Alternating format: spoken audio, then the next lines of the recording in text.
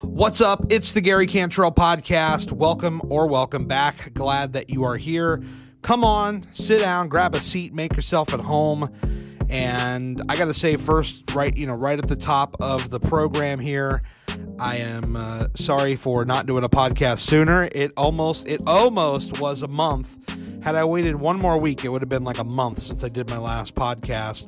But believe me when I tell you that the month of January flew by so freaking fast that I don't even know where it went. I don't have a ton of memories of it other than going to Tampa, which I'll talk about in a second. But it was just unbelievable how crazy this, as far as how fast this month went by, it just blew my mind. So back here for another podcast, and I'm really glad to be back. I think what got me so busy in January was a lot of the videos that I edited. I had to finish the How Much Money I Made on YouTube, which is live now. If you're watching on YouTube, you can click right up there in the corner or check the description of the Spotify or YouTube or wherever you get your podcast stuff. Just look in the description. I'll post a link to it. But that one took me forever, and it was basically like, I have this thing about like the sitting down and talking, especially with screen recording going on, the YouTube thing, like the ADHD in me gets so bored so fast, and I feel like that other people watching it may also be bored. But the thing is that I wanted to cut out a lot, and I did cut out a lot, but I didn't want to cut out too much because I wanted to make sure that all the information was still present, like all the relevant stuff was still there. I tried to add a nice intro. It's not doing well by most people's standards, by like the numbers that I'm used to on my bigger videos. I would say that it's decent for what I do, but certainly it's not like this like rocket to the moon, like out of this world 100,000 video. And I'm looking at the click-through rate. It looks like it's clearly the thumbnail, but like right now, like I was of the opinion that if I literally waited one more week to post that video, it was just going to be like, I'm never going to put this video out. Like, this is the problem that I think a lot of people run into. It's certainly a problem that I run into, is that I have an idea in my head of like, what is the ideal thing that I want? And when I go to try to transfer that to actually executing, it doesn't always turn out that way. Like the e-bike videos I did, the RAV4 video, like I had an idea, I executed it, and I was actually very, very happy with the way that it turned out, and the view counts reflect that. Now, another reason that this video probably did not do well is also it's a highly competitive search term, but like I felt like I really needed to get it out there just to see what would happen. I think it's valuable information, most importantly. But I was also like, if I'm going to do videos like my podcast, which are not, it's not like really super popular or anything, or some of these vlog videos, I got to have one of those like one for them, one for me. So this was like the one for them kind of video, like that wider reach kind of idea. And the thumbnail, I really thought the thumbnail was good. The first thumbnail I had, I thought sucked, but I posted the video anyway. The click-through rate is less than 1%, so I know it's got to be that damn thumbnail, and I'm going to keep thinking, and maybe I'll come up with something better. So that's the deal with that, but I needed to get that video out because it was just taking me forever, and I was also editing a bunch of video, like some vertical shorts for Bubba, which some of those are already up. There's an Ultimate Warrior one that's like, I think over 50,000 already, and it was just posted as of this video when I'm recording. It was just posted, I think, not yesterday, 2 days ago, and it's already taking off like a rocket ship, which is awesome. And I'm super pumped about that. I did probably 3-4 vertical shorts this month, maybe even 5. I don't really know at this point. I'm kind of losing track. But then I also, so I went down to Tampa, and they had the royalty party, the Bubba Army royalty party, and that was an amazing experience. I took my friend with me, my best friend, and he doesn't listen to the show, but he went down there and had like a really good time. He made some friends down there, and I'm just so blown away at how cool everybody is. And it's something I saw last year, but even more so this year, after another year of like editing, more people, would come up like, "Hey, Gary V. Cantrell, what's up?" Like, it was so cool to meet new people, see people that I met last year.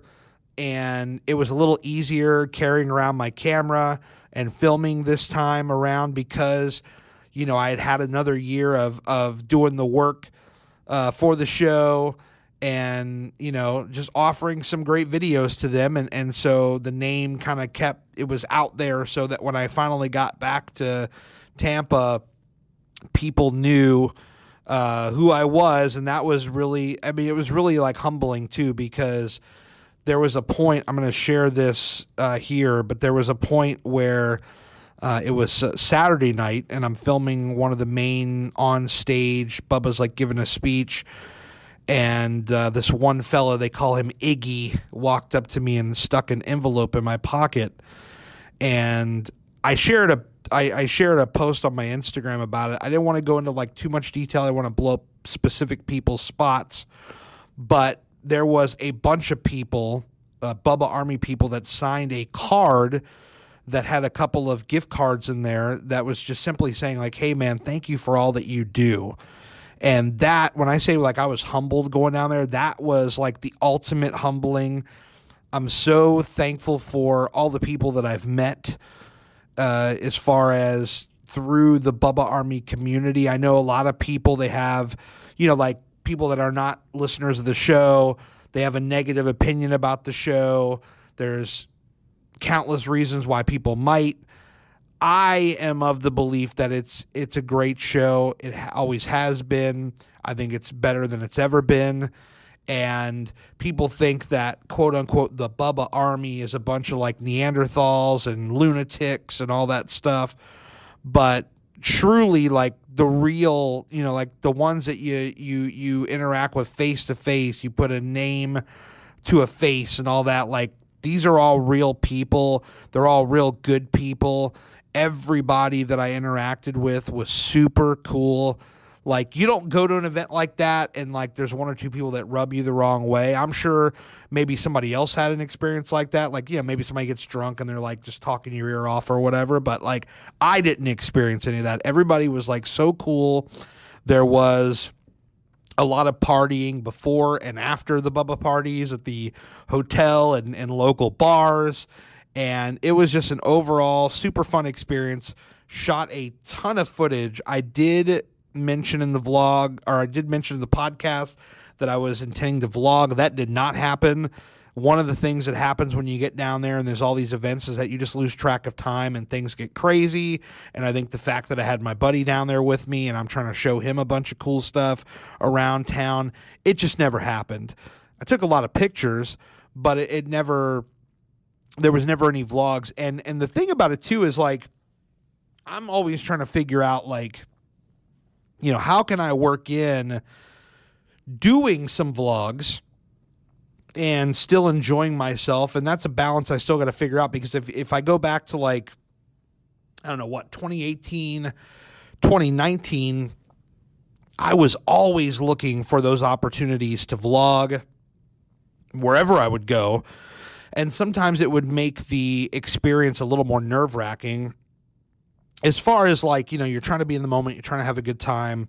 And so it's like, oh, now I got to, pull out my camera and, oh, hey guys, what's up? We're doing this and all, It just like, I think there's a balance that can be had there. I think that there's a way to do it correctly. And I just need to figure that out. But I wasn't about to like, get myself more worked up about the Tampa trip and trying to film. I was already a nervous wreck. Now, I've already been to one of these parties once, but I was already a nervous wreck just in the sense that, anytime this is like the second time that I've been to the studio and around Bubba and everybody's cool, but it's like, I have anxiety. I get nervous. That's just the way it is. But once you get down there, everybody's so cool. And so back to my other point, I really want to work in, vlogging more.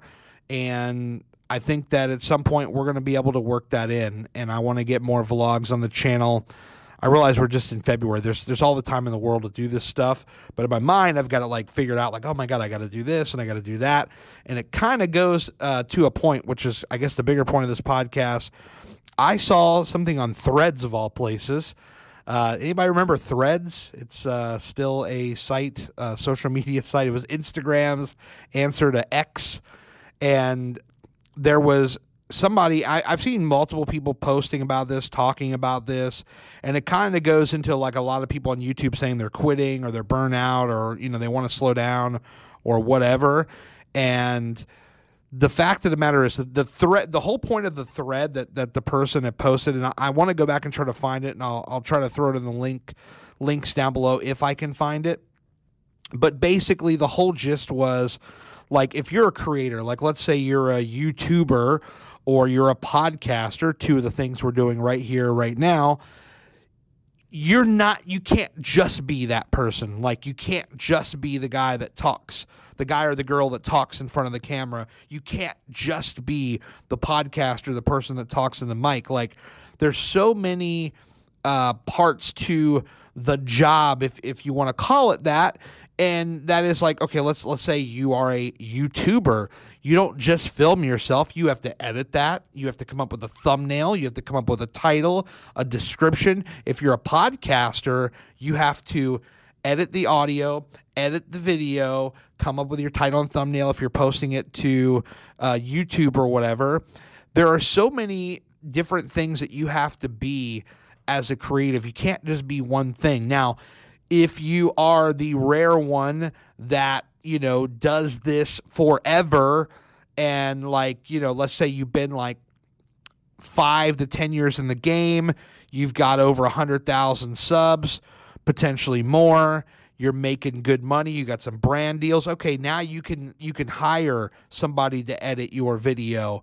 Maybe get a rough cut, and then you come in and finesse it at the end to make sure it really has your kind of touch on it. Or, maybe you hire out that thumbnail designer or somebody to do your SEO for your podcast or your YouTube.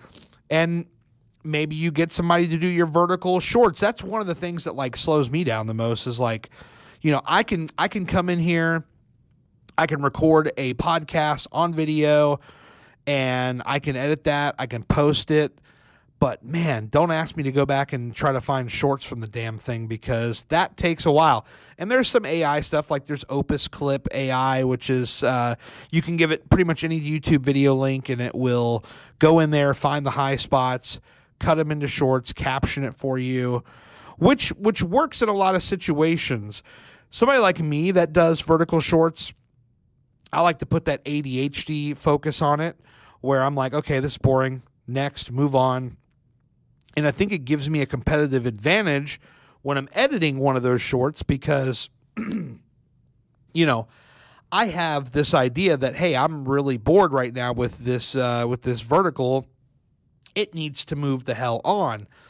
Like there was a Macho Man short I was working on for Bubba, and I had it started like last week. And I had it pretty roughed out. I had, all the pictures I was going to use. I had my transitions. I had my captions already in place. Captionator for Final Cut Pro. If you're a Final Cut editor, use Captionator. It's on the App Store. It's amazing.